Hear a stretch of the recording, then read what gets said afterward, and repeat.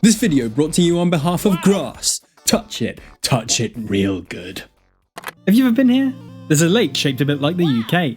Over here, there's some trees that, owing to their height, could potentially be deemed the Peter Crouch of trees. Over here, there's a frankly obscene amount of wild garlic.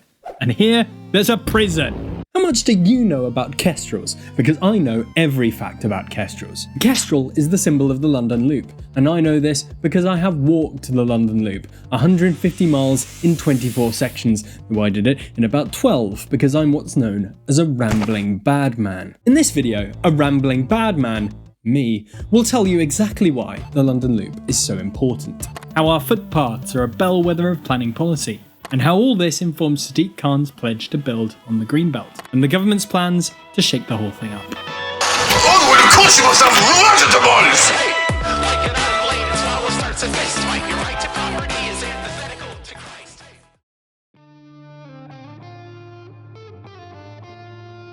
The London Loop was proposed in 1990 and officially launched between 1996 and 2003. It was the result of a campaign by the Ramblers, and I know every fact about the Ramblers, and kestrels, and the Venn diagram betwixt them. See, the Ramblers are actually pretty cool, and kestrels are okay, I guess. The legislation that enshrines in law our right to footpaths and other parks is thanks to them. That's 8% of the land in England.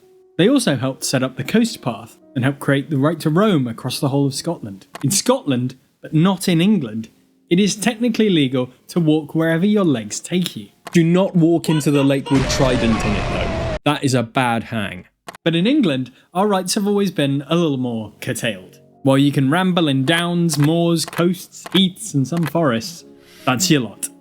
And most of England isn't made up of those places. 100 minus 8% of it, in fact. This is still a big enough bone of contention. Just look at the recent Supreme Court kerfuffle, for example, over whether people can wild camp on Dartmoor. But in England, our right to roam is still in question. And indeed, our footpaths are in jeopardy. And London might be, by some definitions, the greenest capital city in Europe, but that's in part because we include huge swathes of land in the Greater London area that no one's allowed to breach. So in that respect, the London Loop is kind of a big deal, an exception, a privilege of parkland amid a paucity of accessible green spaces. So why is there no one here?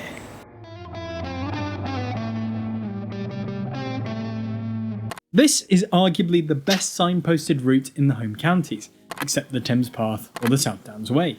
Most people who share that they walk these routes, and most of the people I've seen out walking them, are deeply middle-aged men, or weirdos like me, or both. Rambling bald men, if you will. One other thing I've noticed is that the overwhelming majority of housing developments that you do come across on this route are posh ones. The only ones that aren't are on the parts that are overwhelmingly urban, i.e. the bits that are a bit crap. Living next to a lovely walking route has made this property even less affordable. This is exactly where you see people actually using the space. That's not fair, surely? But has the London Loop made green spaces more accessible to people who don't live here? I'm not sure it has. If you live in Bermondsey, why on earth would you schlep it to Hampstead Green when you can get to the Seven Sisters for basically the same price? The truth is, both of these options appeal to rambling bad men far more than they appeal to average people, or indeed average bad men. Access to green space is sort of predicated on it being actually nearby. What's more, it should be welcoming, well-maintained, and appropriate for the community. And sometimes the London Loop is none of these things.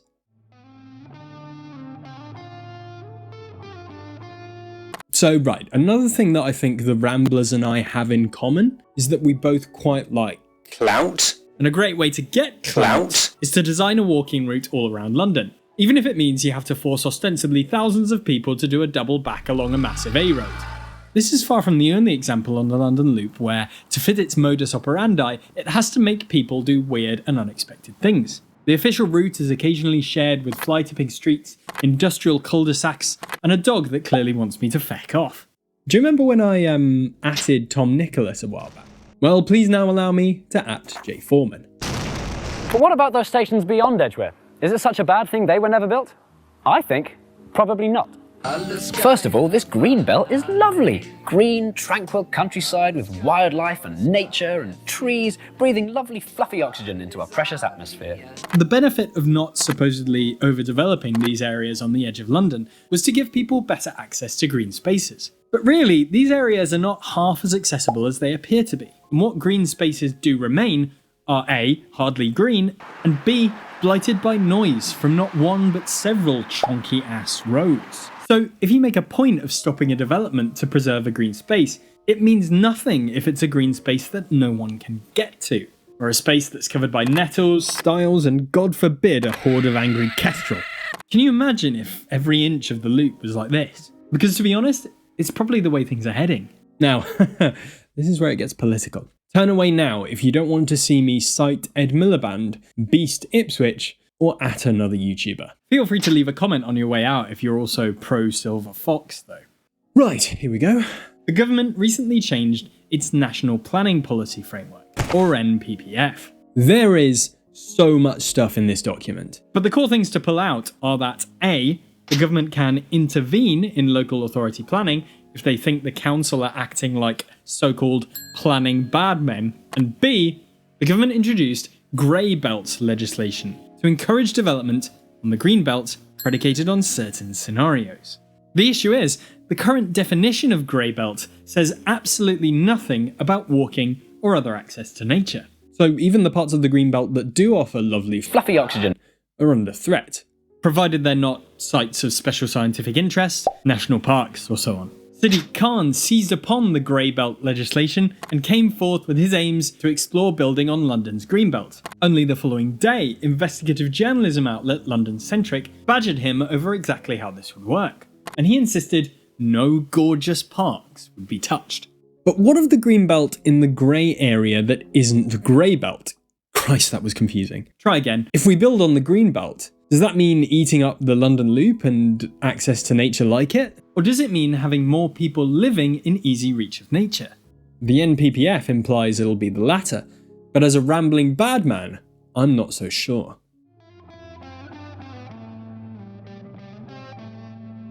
There's umpteen journalists, posters, and YouTubers who will tell you about how the UK's housing woes are primarily down to an issue of supply. There's also umpteen journalists, posters, and YouTubers who will tell you that it isn't just about building more houses, but about reforming the legislation around the houses we already have.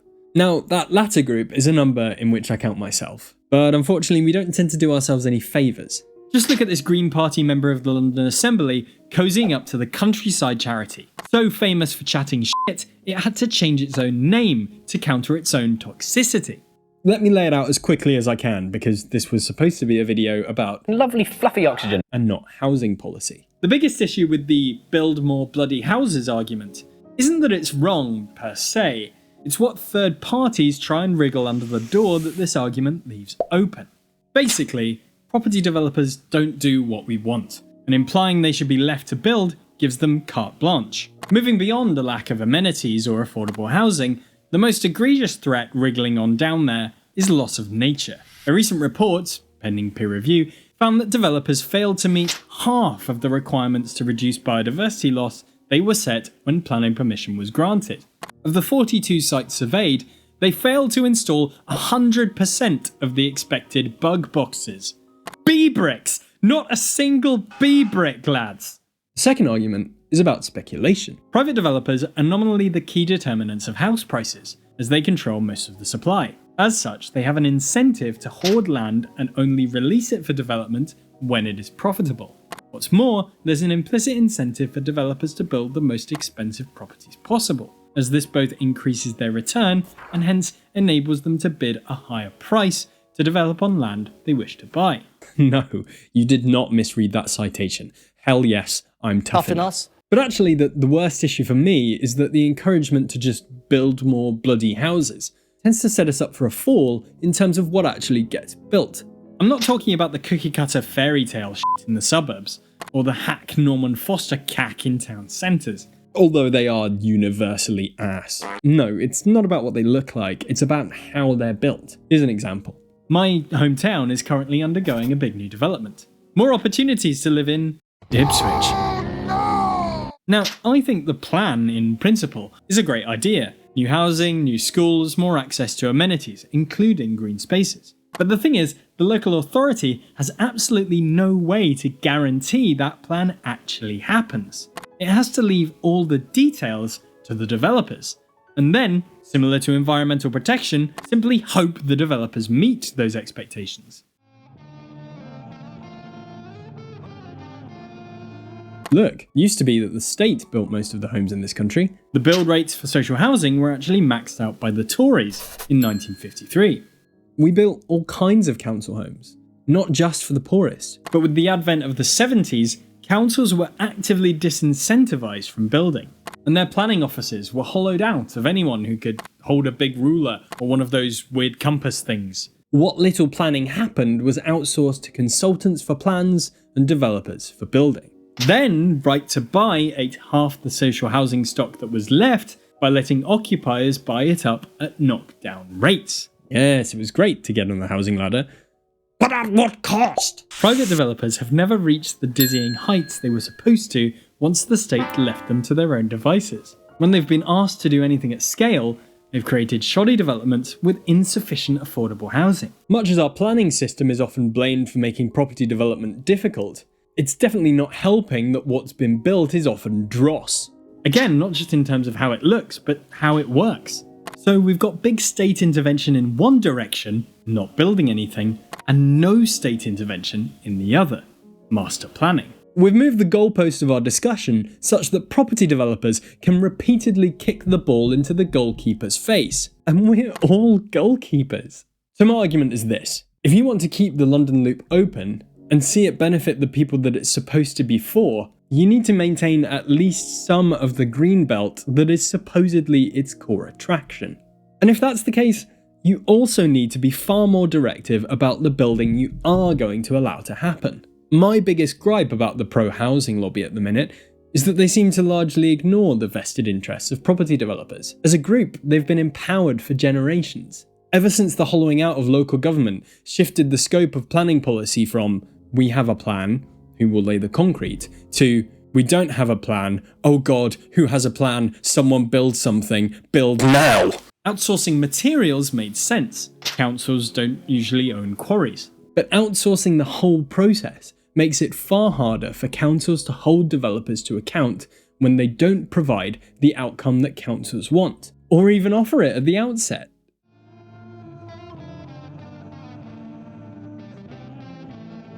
Almost 50 years ago, Christopher Alexander published A Pattern Language. He wasn't trained as a planner, he was an architect, and most of his patterns are about buildings, not places. But one of his ideas was incredibly perceptive. Alexander suggested that every town and city should have green fingers reaching into the middle.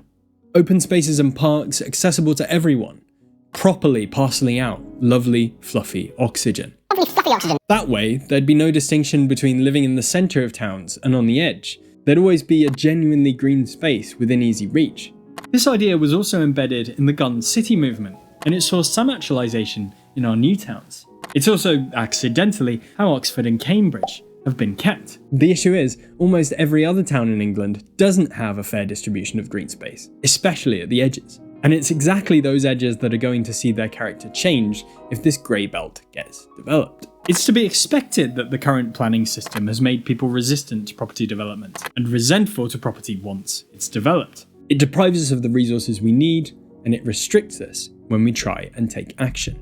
So, the existential dread we feel at the thought of Sadiq Khan sticking his trowel in tells us more than enough about development in general and green space in particular. Our town should be planned to encourage us to spend more time in green space, but not just walking in it, maintaining, rewilding, making these spaces durable and making them work for the community. So yes, we should be building housing, especially social housing, and heaps of it. But we need to reformulate our approach to everything around that, because right now, the planning ecosystem is threatening the literal ecosystem, and we need to even the score.